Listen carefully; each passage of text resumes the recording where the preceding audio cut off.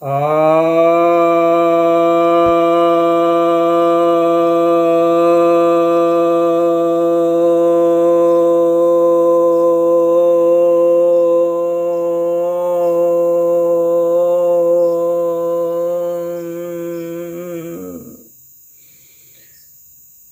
भक्तजनों को सप्रेम नमन। भक्तों, आज आपके समक्ष नारद के भक्ति सूत्र के 56वें सूत्र की व्याख्या करने जा रहा हूं। यह 56वां सूत्र कहता है, गौणी त्रिधा गुण भेदात आर्तादि भेदाद वा, अर्थात गुण भेद से,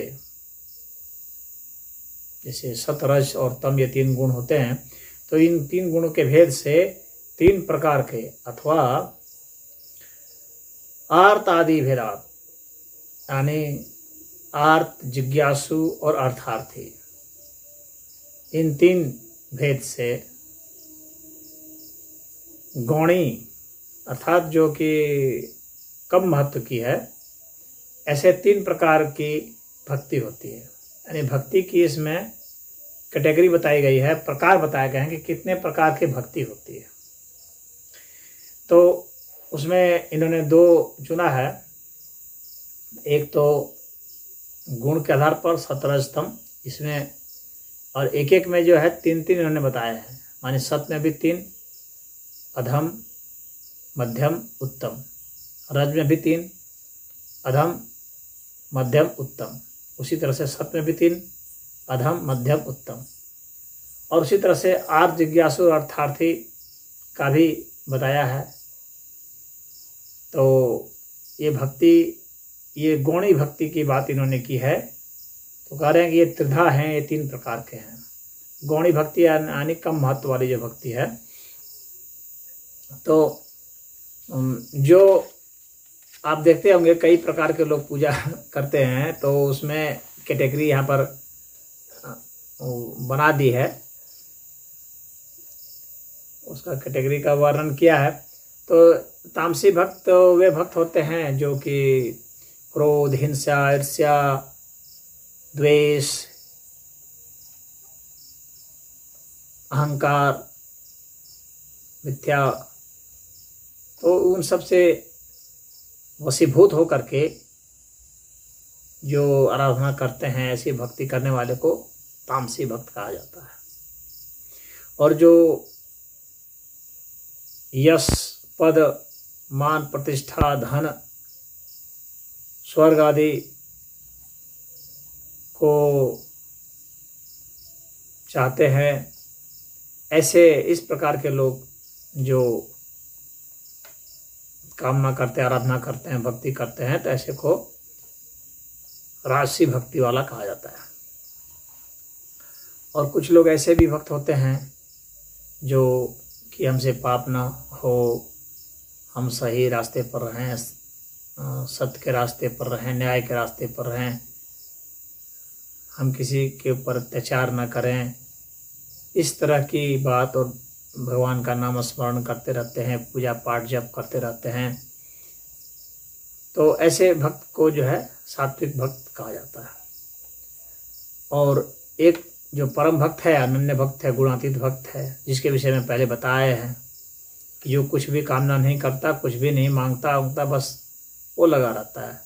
उसके लिए कोई विधि विधान भी इस तरह का नहीं होता है कि वो मूर्ति के सामने में, विग्रह में वो करे, रख करके करे, कुछ प्रसाद चढ़ाए, इस तरह का उसमें कुछ वो नहीं रहता है कि कुछ रुपया चढ़ा दिया, प्रसाद चढ़ा दिया, तो ऐसा कुछ नहीं है। उसके तो पास जो है वो उसको चढ़ा देता है। फूल है, फूल चढ़ा दिया, बेलपत्र चढ़ा दिया, फल चढ़ा दिया, बतासा चढ़ा दिया, लड्डू चढ़ा दिया, कुछ भी चढ़ा दिया, कुछ नहीं है तो मन ही मन ने अपना जाप कर लिया, उसको कोई फर्क नहीं पड़ता, क्योंकि उसे कोई कामना तो करनी है नहीं। तो वो बदले में कोई व्यापार जैसा कुछ नहीं चाहता, बस प्रीतिपूर्वक करता रहता, तो गुणातीत भक्त हो गया। तो इस तरह के ये भक्तों की कैटेगरी है। अब एक में जो है फिर वो 3 प्रकार के जो बांट दिए हैं। तो उनमें से जैसे कि मान लीजिए कि कोई जो है किसी को नुकसान, किसी का बुरा हो जाए, अमुक जो है बर्बाद हो जाए, अमुक जो है उनका नाश हो जाए, मर जाए, ये हो जाए, इस प्रकार की कामना के साथ भी कुछ लोग पूजा करते हैं। तो इस तरह के जो लोग अधम कैटेगरी के लोग होते हैं। और उसमें मध्यम कैटेगरी के लोग जो हैं वे जो है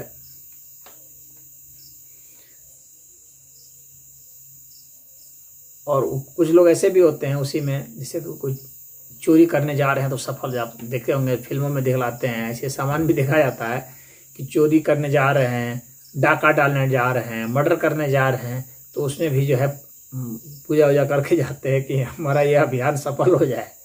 तो ऐसे जो है अधम कैटेगरी का, एक तो तामसी है, तामसी में भी अधम है, तो लेकिन है भक्ति और एक मध्यम कैटेगरी का है जो कि उस स्तर का कुछ विनाश नहीं चाहता, लेकिन गुस्से में आकर कदम हर चीज कर रहा है, क्रोध में कर रहा है, चिड़चिड़ा होकर के कर रहा है। तो ऐसे मध्यम, तामसी में मध्यम कैटेगरी के लोग होते हैं। ये सब चढ़ाते रहते हैं, ये मांस चढ़ा देंगे, मदिरा चढ़ा देंगे प्रसाद के रूप में, मछली चढ़ा देंगे, गांजा चढ़ा देंगे, भांग चढ़ा देंगे, शराब चढ़ा देंगे, इस तरह की चीज़ों को प्रसाद के रूप में चढ़ाते हैं। ये सब जो है अधम कैटेगरी के लोग होते हैं। तो इसमें जो उत्तम, तामसी में जो उत्तम वाले होते हैं वे मतलब दूसरे के देखा देखी ईर्ष्या में कि फलाना पूजा कर रहे हैं तो हम भी करेंगे, उन्होंने ये किया तो हम भी करेंगे, उन्होंने यज्ञ कराया है तो हम भी यज्ञ कराएंगे, इस तरह की उनमें कामना हो जाती है। तो इस तरह ये इनमें तामसी वाले में ये अच्छे माने जाते हैं, मतलब उत्तम कैटेगरी है जो देखा देखी, दूसरे के देखा देखी, परंतु उसमें कुछ ईर्ष्या का अंश होता है, ऐसे लोग करते हैं।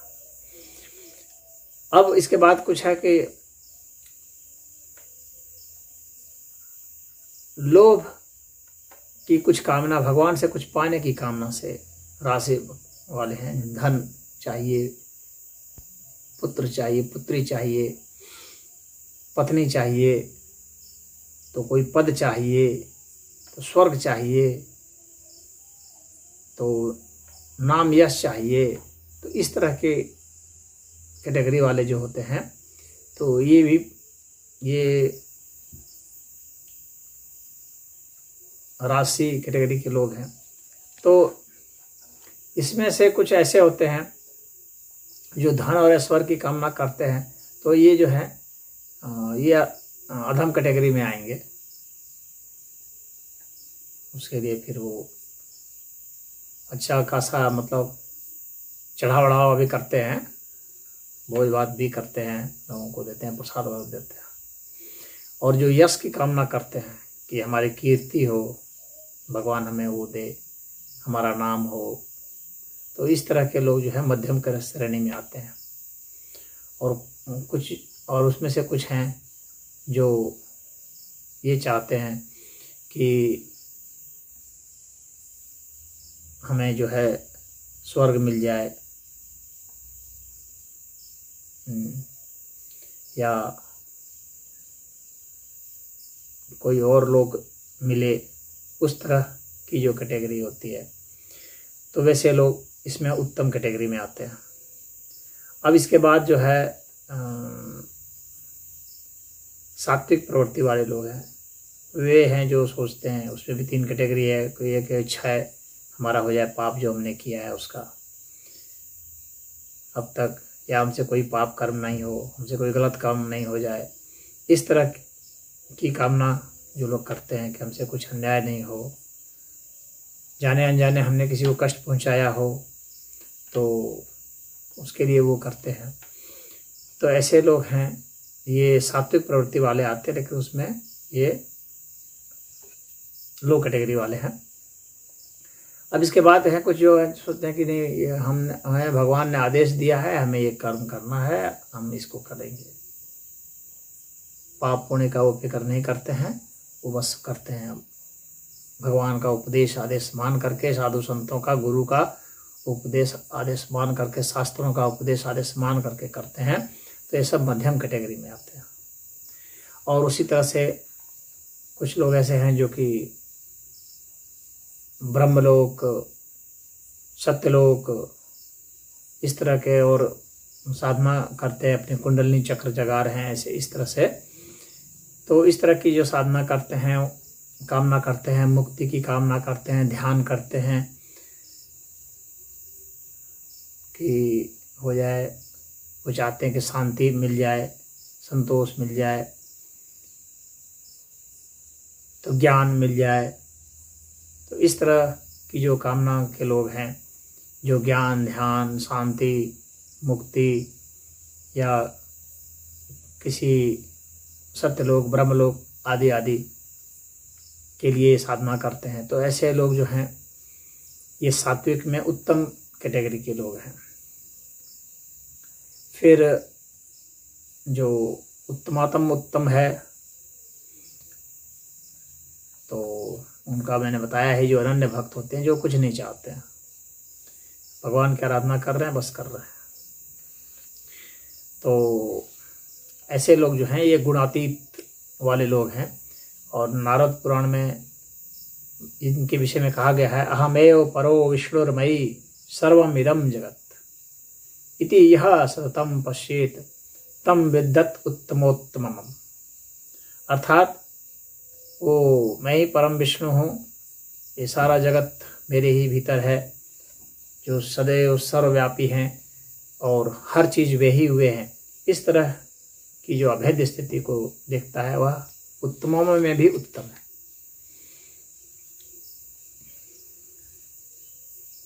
जो ऐसे भक्त होते हैं जो कहते हैं कि जो कुछ भी है यहाँ बस सब भगवान है, ये सब श्रेष्ठतम है। इसके बाद की जो कैटेगरी है उसमें वे लोग हैं जो कहते हैं कि भगवान हमारे अंदर विद्यमान है, वे अंतर्यामी हैं, हमारे हृदय में रहें। तो ये सब जो है मध्यम वाले हैं। और जो कहते हैं कि भगवान ऊपर आकाश में रहता है, तो ये अधम कैटेगरी वाले हैं, जो दूर दिखलाते हैं कि भगवान तो वो ऊपर वाला।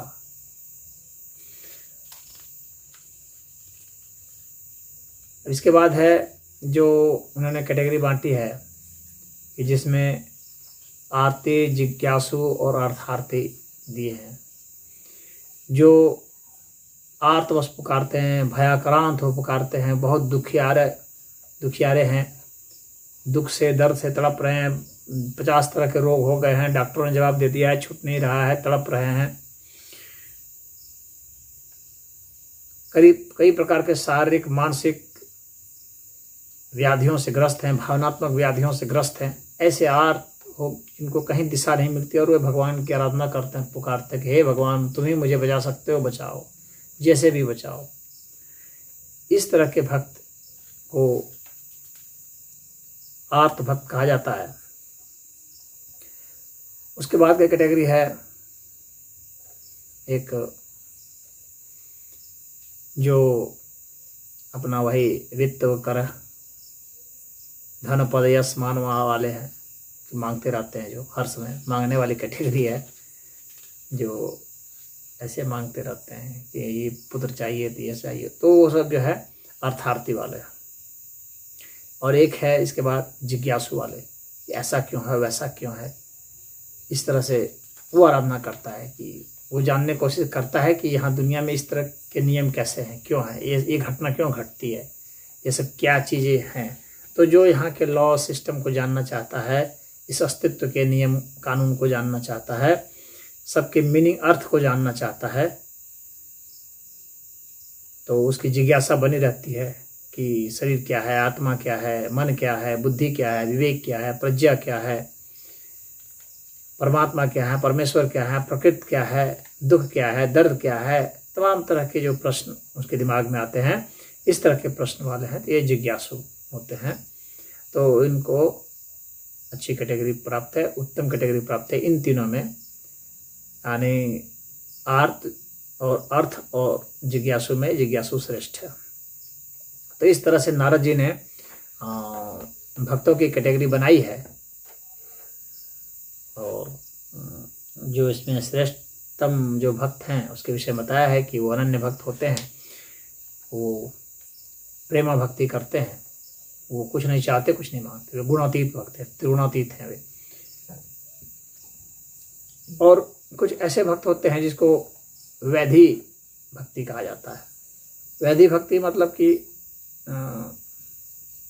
वो विधान के जरिए चलते हैं कि शास्त्र में ऐसा सा विधान दे दिया गया है, इतना माला जपना है, इतने मंत्र उच्चारण करने हैं, ऐसे करने हैं, इतने तीर्थ घूमे आना है, और इतना व्रत करना है, इतना उपवास करना है, इतना प्रसाद देना है, इतने लोगों को भंडारा कराना है, ऐसे यजन करना है।